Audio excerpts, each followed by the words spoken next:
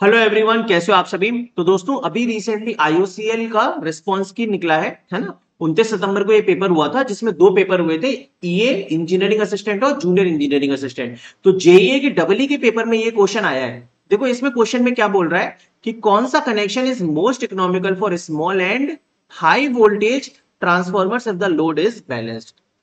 तो इसमें जो अलग अलग कनेक्शन दिए जैसे कि star star delta star star delta delta delta, इसमें हमें यह पहचानना है कि कौन सा कनेक्शन सबसे बेस्ट है हाई वोल्टेज ट्रांसफॉर्मर्स के लिए, हाई वोल्टेज के लिए।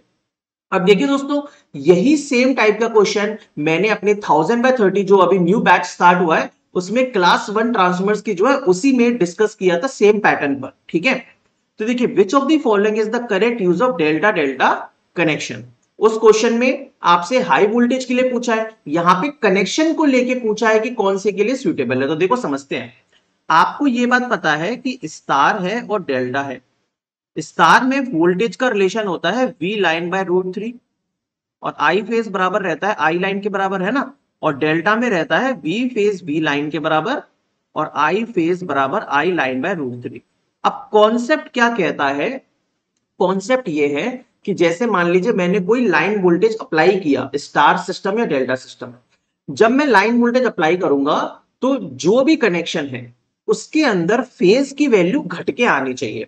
मतलब जैसे स्टार कनेक्शन में फेज वोल्टेज क्या आ रहा है, लाइन डिवाइड बाय √3, और फेज करंट क्या आ रही है, इक्वल टू लाइन करंट आ रही है। तो छोटी वैल्यू किस में मिलेगी, स्टार कनेक्शन में वोल्टेज के लिए मिलेगी। तो ये ज्यादा वोल्टेज के लिए सुटेबल है क्योंकि हमने बड़ा वोल्टेज लगाया मान लो और वो वैल्यू फेज के अक्रॉस घट के आ गई, कम होके आ गई अपने आप ही, वो कनेक्शन की वजह से आई है। तो इसलिए ये हाई वोल्टेज के लिए सुटेबल हो जाएगा कौन सा, स्टार कनेक्शन।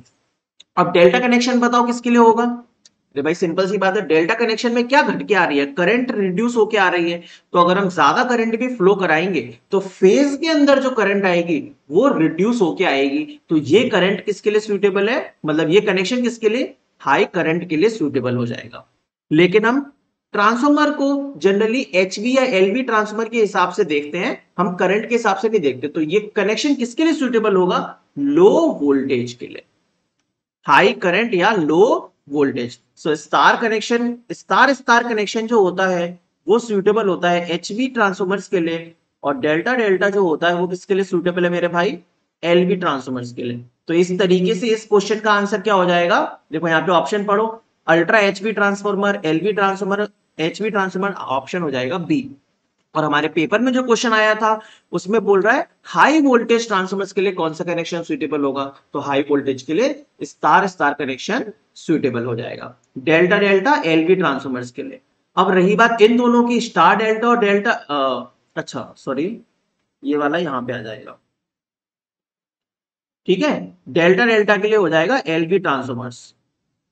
अब ये देखो डेल्टा स्टार और स्टार डेल्टा, तो ये आपको पता होगा कि प्राइमरी में अगर डेल्टा रहता है सेकेंडरी में स्टार रहता है तो वोल्टेज सेकेंडरी में ज्यादा मिलेगा और प्राइमरी में कम। तो ये स्टेप अप के लिए सुटेबल होगा और स्टार प्राइमरी और डेल्टा सेकेंडरी ये स्टेप डाउन के लिए सुटेबल होता है। ठीक है, कैसा लगा कॉन्सेप्ट, अगर अच्छा लगा तो वीडियो को लाइक कर देना, चैनल को सब्सक्राइब कर देना। इसी तरीके की रेगुलर वीडियोस मैं अब आपके लिए डालता रहूंगा।